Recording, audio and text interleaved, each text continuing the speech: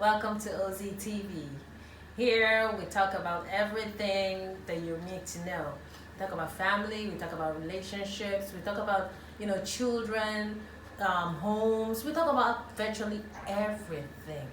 So I want you to subscribe, like, comment, click on the notification bell for more videos coming up. And watch out for a new show coming up called Spit It All. Thank you. To manage, temperaments are different. Yeah. We have to understand that temperaments are different. When we're talking about self-control, wisdom, and all that, you know that there are people who are naturally very hot. They are hot-tempered. Their blood is still very hot and all that. But let me start answering this question from this point. Any day Mama raises her hand and slap your wife, Mama has disrespected you as a man. Mama has packed out of the house. Sorry, go ahead. No, but not seriously. Because that is a serious issue, though. Yes, Mama have disrespected her son. Mama does not have respect or does not regard the family or honor her son's family. No matter the provocation, no matter the anger, no matter what that woman has done, Mama, hold on till your son comes back. You can report to your son or correct that girl like your own child. But any day Mama raises her hand on a daughter-in-law, I, Joy, will speak for myself. But remember that joy cannot be everybody. Right? Yes. You understand me? Yes. Joy cannot be everybody. Everyone has their level of temperament to get to a point where if you do this, I'd give you back. Yes. Me at that point might not be able to slap her back because why? You were raised not to be. Apart from being raised not to be, you don't know where anybody's death is. That would be my number one fear. She's old. If I slap her now, she faints or she dies. I'm a murderer. Number two, there are the things that will go through my mind. If it's my mom, will I slap her? I will think about that. If my mom annoys me, no matter how she has annoyed me, have I ever slapped my mom? Number three, this case might turn against me by the time my husband comes back. Number four, I want to maintain a ground where I come before God and I report to this woman. God himself will be able to take care of you. Why? Because I always want to come a woman of the altar. I always want to go on my knees and call God at all times. Especially report a matter where I know that my hands are clean.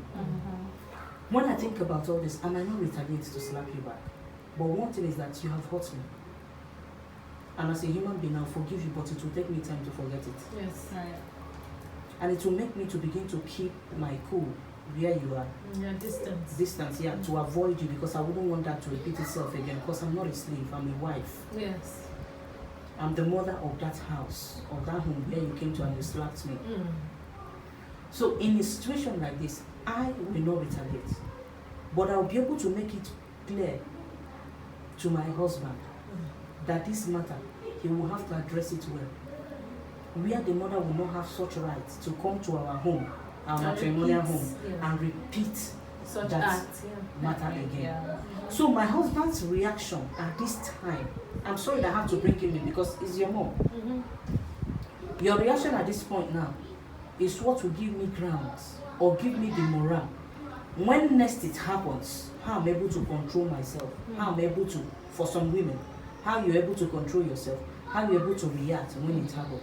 Because if your son takes it really very serious, Mama, you have disrespected me, and stand his ground on what Mama has done, you'll find out that the woman next time will be able to, when Mama wants to do it, you'll go and say, Mama, don't do this, please.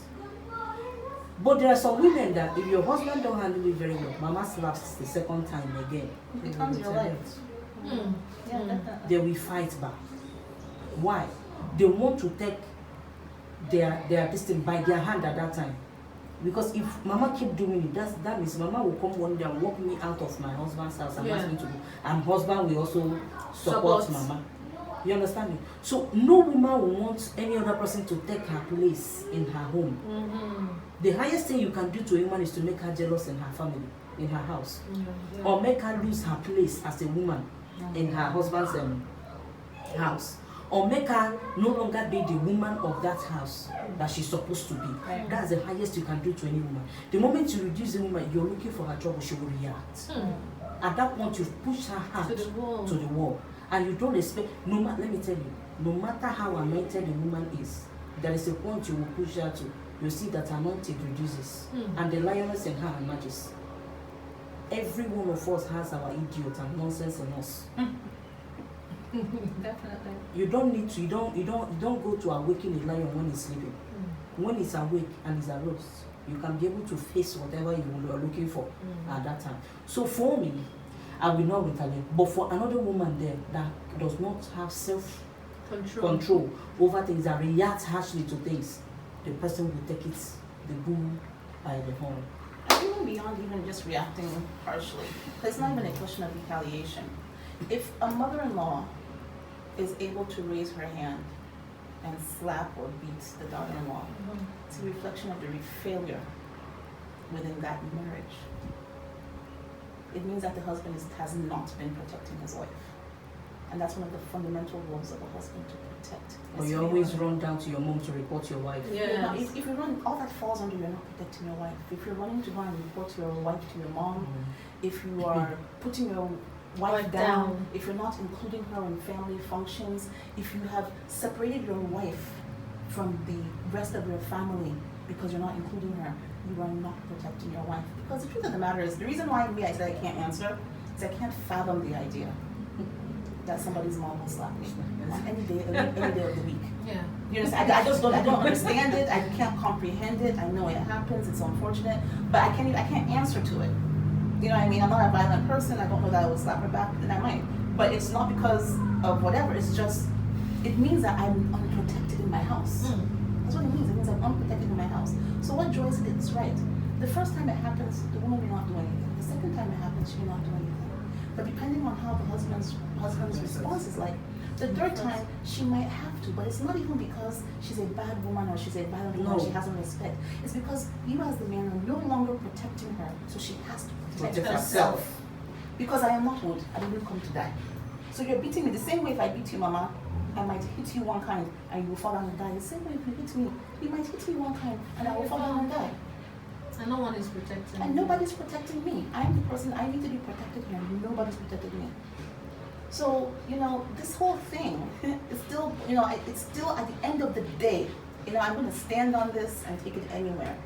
The problems between a mother-in-law and a daughter-in-law, aside from the interrelational things, at the end of the day, the one person that can put a stop to it Is the husband. is the husband. That's the one person that can 100% put a stop to it, or diminish it, or protect his wife. The truth of the matter is that if you know your mom is so first of all, if you know that you have a good wife, you dated this woman, you courted this woman, you know who she is, and you know that she's making an effort, and you know that you have a good wife, and your mom continues to be a problem in your household, then you need to evaluate your mom's position in the household, her presence in the household. That's just, it's a tough pill to swallow. We're Africans, we have a culture and so on and so forth, and your mom is always welcome, and it remains the same, but your mom being welcome to the house is welcome based on a certain respect. If your mother has the ability to raise her hand to an adult woman, not a child, an adult woman, in her own home, or out in public, or in a family gathering, wherever it happened, then the person who failed in that dynamic is the husband. Because on a good day, I can't imagine why. And it's the same thing. If your wife if your wife raises her hand to beat your wife, you know something I'm saying? The person who has failed is the husband. It means that you don't have control of your wife, you don't have control of your home, you don't have control. There's things that have broken down. Every man should be able to stand and have control over their home. You should be able to say, and the control doesn't mean that because you should be able to say, my wife, sit down, stop it. And she wife would will listen and sit down and stop it. Yeah. And you should be able to say, Mama, sit down and stop it. And guess what? Your mother will sit down and will stop it. And let me tell you, I'm sorry we're taking it so long. The moment your son is 15 years old, at that point, you no longer do the raising of hands. Mm-hmm. Please, approach more of dialogue. Okay. More of dialogue. It helps you put control over over yourself as the mother. When you do dialogue, not like you not beat him at all and all that. Make sure that the time you're going to beat that child from 15 years, you beat that that thing has gotten to a point where it has stretched, so that the beating can make meaning to him. But the moment is from, it's not that he didn't wash plates, you will not stand up, turn. He didn't do this, you stand up like that. No, you stop doing that from 15 years. Approach, please bring, it's on parenting anyway. Bring it to a point of dialogue. Sit down, he sit down, you sit down.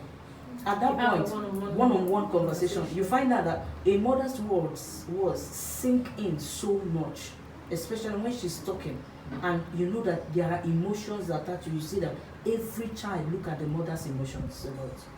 So we stop. You don't just always bring up this issue of I will slap you, I will beat you, because that's what will actually make a woman get up and actually do it.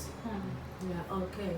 So in conclusion now, so what advice would you give a mother-in-law, and what advice would you give a daughter-in-law, in a home, so that the home will be peaceful? I think, like we started out in the beginning, what is the best kind of relationship for a mother-in-law and a daughter-in-law? And the best relationship is when we take each other as our own. Exactly. That's the bottom line. When you decided, look, we don't get to choose who our children end up with. It's not my choice. Yes. You know what I mean? It's his choice or it's her choice. They've made this choice. If I love my son, I will love the woman that he decided to be with. We don't have to be best friends. We met because of our son. You understand? But I need to respect her. I need to cherish her. I think if mother-in-laws can be a little bit more accepting and open-minded towards daughter-in-laws, they will find that their daughter-in-laws are not completely bad people. They might be different from how you raised your own children, but that's what being a mother is teaching people how to be better, if they need to be better. The way she makes her stew might be different from the way you make your own stew. But if your son likes her stew, what are we complaining about? Do you understand? That's right. But it's not about you, Mama, and whether you like my food. It's about whether my husband likes my food. That's true. So the minute that our mothers, start to remove themselves from, the marriage, and even as in the house, sit in the corner of the house versus trying to be a part of the marriage, the sooner we will have less problems. Okay, for me, my advice would go to the daughter-in-laws. From the one you choose to marry that man, have an open heart. Come in with an open mind, accept everybody. Don't find faults from the one.